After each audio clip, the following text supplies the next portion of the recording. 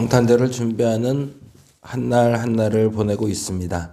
이날에 기쁨이 되게 하여 주옵소서. 원래 기쁨의 날인데 이 날이 슬픔의 날이 되지 않도록 우리가 잘 준비하게 하시고 성탄절의 기쁨을 함께 나누게 하여 주시옵소서. 내일은 저희가 11시에 모여서 함께 예배하고 방성기 목사님을 통해서 내게 주신 은혜에 대한 말씀을 듣게 됩니다. 그동안 내게 주신 은혜가 무엇인지, 그리고 앞으로 내가 어떻게 살아야 되는지를 점검하는 시간 되게 하여 주옵시고, 특별히 한 날 한 날을 허락하신 주님께 감사하는 우리가 되게 하여 주시옵소서. 오늘도 감사합니다. 고마우신 예수님 이름으로 기도드립니다. 아멘, 아멘. 오늘은 스바냐 말씀 함께 봅니다. 스바냐 3장 14절에서 17절. 1309페이지 전후에 있습니다. 1309페이지 스바냐 3장 14에서 17절. 우리 같이 한 목소리로 천천히 읽도록 합니다. 14에서 17절. 시온에 따라 노래할지어다. 이스라엘아 기쁘게 부를지어다. 예루살렘 따라 전심으로 기뻐하며 즐거워할지어다. 여호와가 내 형벌을 제거하였고 내 원수를 쫓아내시며 이스라엘 왕 여호와가 내 가운데 계시니 내가 다시는 화를 당할까 두려워하지 아니할 것이라. 그날에 사람이 예루살렘에 이르기를 두려워하지 말라. 시온아 내 손을 늘어뜨리지 말라. 너희 하나님 여호와가 너희 가운데 계시니 그는 구원을 베푸실 전능자이시라. 그가 너로 말미암아 기쁨을 이기지 못하시며 너를 잠잠히 사랑하시며 너로 말미암아 즐거이 부르며 기뻐하시리라 하리라. 아멘. 여기까지 봅니다. 오늘 새벽 예배 하고요. 내일은 새벽 예배가 없습니다. 내일은 성탄절이라 그 새벽 예배는 안 하고요. 오전 11시에 함께 모여서 예배 드리도록 하겠습니다. 예배는 기도할 때 말씀드렸던 것처럼 방성기 목사님이 오셔서 말씀 전해 주실 거고요. 방성기 목사님은 일터 사역이라고 그래서 이랜드 사목으로 오래 계셨고, 그리고 일터에서 그리스도인으로 살아가는 방법, 그리고 어떻게 살아야 될지에 대해선 우리나라에서는 전문가 중에 전문가십니다. 근데 이제 일터 사역에 대한 이야기보다 크리스마스니까 내가 받은 은혜가 뭔지, 그리고 그 은혜를 함께 나눠주는 시간 가지려고 하는데 11시에 모여서 한 40분 정도 설교하실 것 같고요. 같이 내일 또 떡국 준비되어 있으니까 같이 나누시면 좋겠고, 특별히 믿지 않았던 가족들, 그리고 함께하고 싶은 사람들 초대하는 시간 되었으면 좋겠는데, 주일날 얘기 들어보니까 여러 가지 사정으로 못 오는 분들도 많이 있더라고요. 함께 기도하고, 그리고 올 수 있는 분들 최대한 많이 오셔서 함께 은혜 나눌 수 있는 시간 되었으면 좋겠습니다. 자, 오늘은 스바냐서 보는데요. 스바냐서의 공통된 단어, 스바냐서의 제일 주제가 되는 단어는 여호와의 날입니다. 여호와의 날이라는 단어만 1장에서만 13번이 나와요. 그리고 전체 통틀어서 18번이 나오고 있습니다. 그만큼 스바냐가 지금 하고 싶은 얘기가 뭔지가 명확한 거죠. 여호와의 날, 여호와의 날이 무슨 날이다 라는 것을 계속 반복해서 이야기하고 싶은 게 스바냐, 그리고 주제가 여호와의 날에 있을 심판. 근데 여호와의 날이라는 말이 유다 사람들에게 구원의 날이라고 기다려왔는데 이 날이 그들에게도 심판의 날이 될 것이다 라는 이야기를 하고 싶은 게 스바냐서의 주제가 됩니다. 한번 보죠. 1장에 보면 일반적으로 선지자들이 외친 여호와의 날은 하나님의 백성들에게는 승리의 날, 구원의 날이 됩니다. 우리에게도 마찬가지죠. 하나님이 우리에게 나타나셔서 우리를 구원하셨다. 우리로 말미암아 하나님께 영광 돌리는 날이다 라고 이야기하는 게 심판의 날인 이유는 심판은 악은 제거하고 선은 높여주시는 날이기 때문이죠. 근데 문제는 내가 그 악 중에 있지 않을까라는 질문을 던지게 되는 게 스바냐서가 됩니다. 구원의 날이자 승리의 날이고 그리고 자유와 해방의 날이어야 되는 그 심판의 날 여호와의 날이 남유다 백성들에게 그렇지 않다라는 이야기를 하고 싶은 게 사실은 1장의 요지가 됩니다. 백성들의 잘못된 것들에 대해서 말하기 시작했고 그날이 분노의 날이 되고 고통의 날이 될 거라고. 그런데 그 이유가 다음과 같다고 이야기하고 있네요. 4절과 5절 한번 보죠. 4절과 5절 내가 1장입니다. 1장 4절 5절 내가 유다와 예루살렘의 모든 주민들 위해 손을 펴서 남아있는 바알을 그곳에서 멸절하며 그마림이란 이름과 및 그 제사장들을 아울러 멸절하며 또 지붕에서 하늘의 뭇별에게 경배하는 자들과 경배하며 여호와께 맹세하면서 말감을 가리켜 맹세하는 자들과 6절 여호와를 배반하고 따르지 않은 자들과 여호와를 찾지도 아니하며 구하지도 아니한 자들을 멸절하리라 라고 되어 있습니다. 그럼 무슨 말이죠? 남유다가 바알과 하늘의 별을 섬기고 하나님을 섬기지 않았다는 얘기죠. 우상 숭배를 했다는 얘기이기도 하지만 하나님을 무시한 것이고 하나님을 잘 섬기지 아니한 것이 심판의 기준이 된다라고 얘기하네요. 근데 대부분의 선지자들이 종교적인 이유만을 가지고 심판을 얘기하지 않습니다. 정치 지도자들의 잘못된 점들에 대해서 지적하기도 하고 경제적인 문제를 항상 지적하는데 특별히 스바냐도 그 부분에 대해서 이렇게 지적을 하고 있습니다. 11절 볼까요? 11절 말씀 같이 읽어봅니다. 11절 막데스 주민들아 너희는 슬피 울라. 가나안 백성이 다 패망하고 은을 거래하는 자들이 끊어졌음이니라. 왜?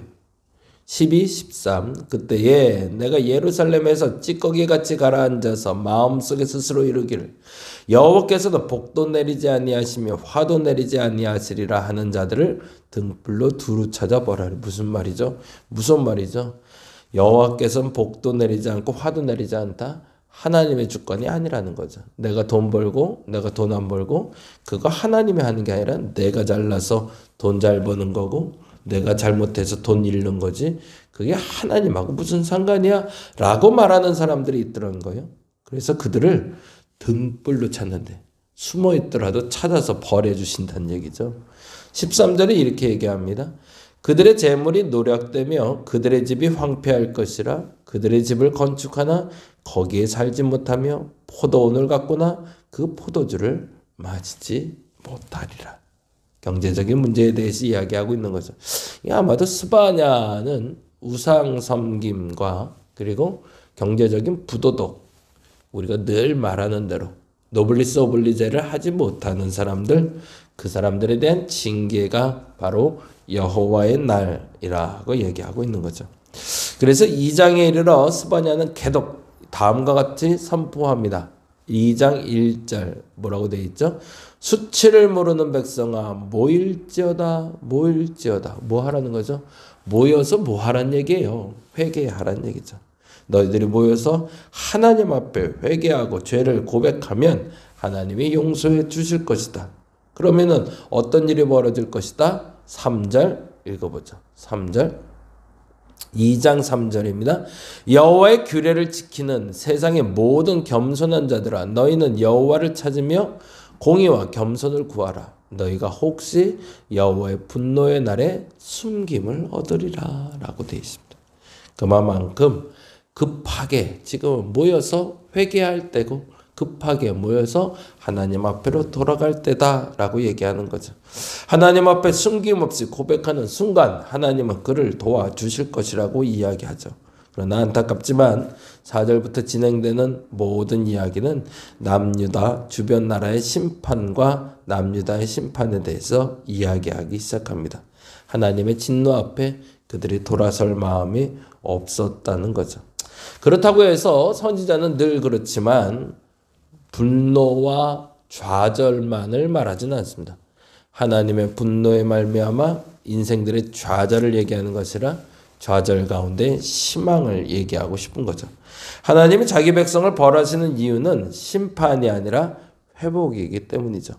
여호와의 날엔 분노와 고통이 있겠다. 그러나 백성들은 우상을 섬기지 않고 하나님의 이름을 부르면 어떻게 된다라는 이야기를 하고 싶은 게 사실은 선지자들의 이야기죠. 그래서 9절, 3장 8절 9절 볼까요?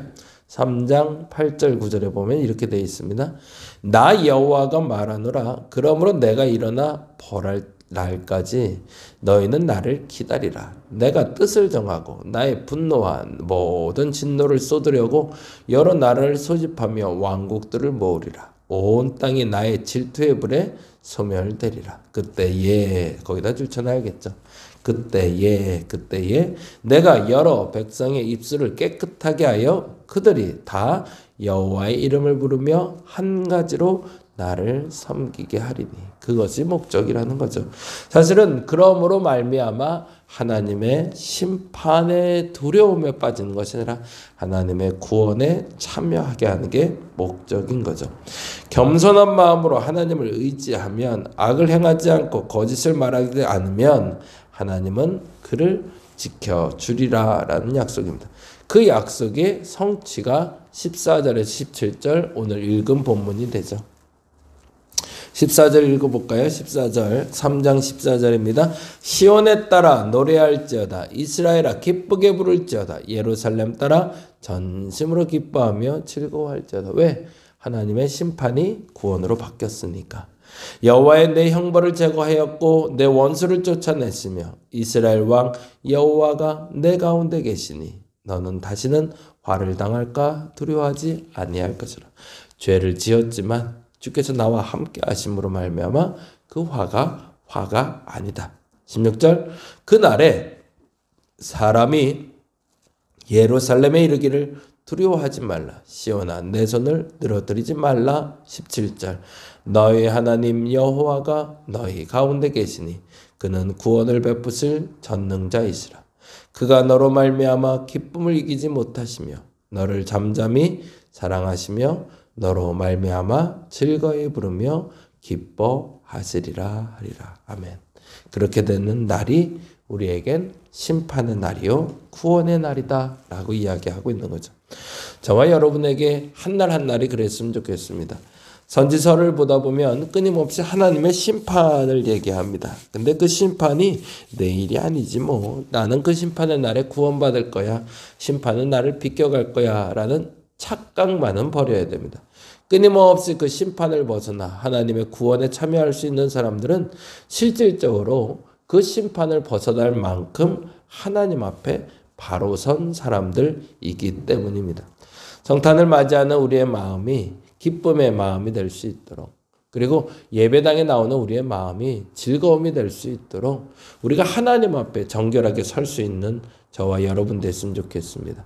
조금 더 긴장하고 살아야 되는 이유는 점점 더 많이 악해지는 세상 속에, 혼매해지는 세상 속에 결정체처럼 그리스도인들이 이제 드러나기 시작할 겁니다. 진짜 그리스도인이 들어갈 때 그때 함께 그 자리에 설 수 있는 저와 여러분 되시기를 간절히 바랍니다. 기도하겠습니다. 우리에게 허락된 시간을 살아내며 하나님 앞에 부끄럽지 않았다.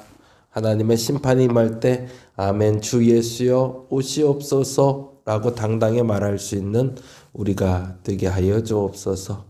그날을 기다리며 그날을 고대하는 사람들이 돼야 되고 그날이 왔을 때 기뻐 찬미하는 우리가 되게 하여 주시옵소서. 내일은 이제 성탄절입니다. 기쁘고 감사한 날 되게 하시고 무쪼록 정치적으로나 경제적으로나 많이 어려운데 하나님 내년에는 좀 이 모든 문제가 타게 되는 계기가 마련되게 하여 주시옵소서. 먹고 살기에도 좋은 나라, 살기 참 좋은 나라, 정치적으로나 경제적으로나 안정된 나라, 그 나라가 대한민국이라는 말 듣게 하여 주시옵소서. 감사합니다. 고마우신 예수님 이름으로 기도드립니다. 다 같이 기도하고 돌아갑니다.